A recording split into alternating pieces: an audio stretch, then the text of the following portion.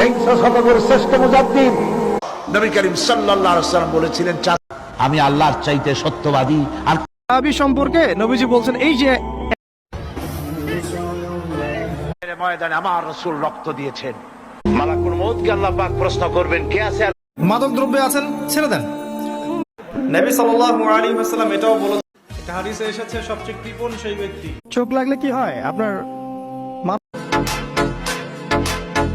জুমার দিনে এমন একটা মুহূর্ত বা ক্ষণ আছে,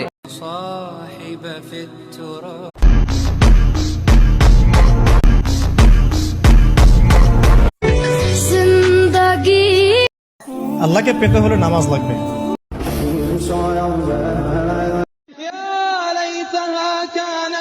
এই দুনিয়ার বুকে রব্বুল আলামিন আল্লাহ চাইলে কি না পারে।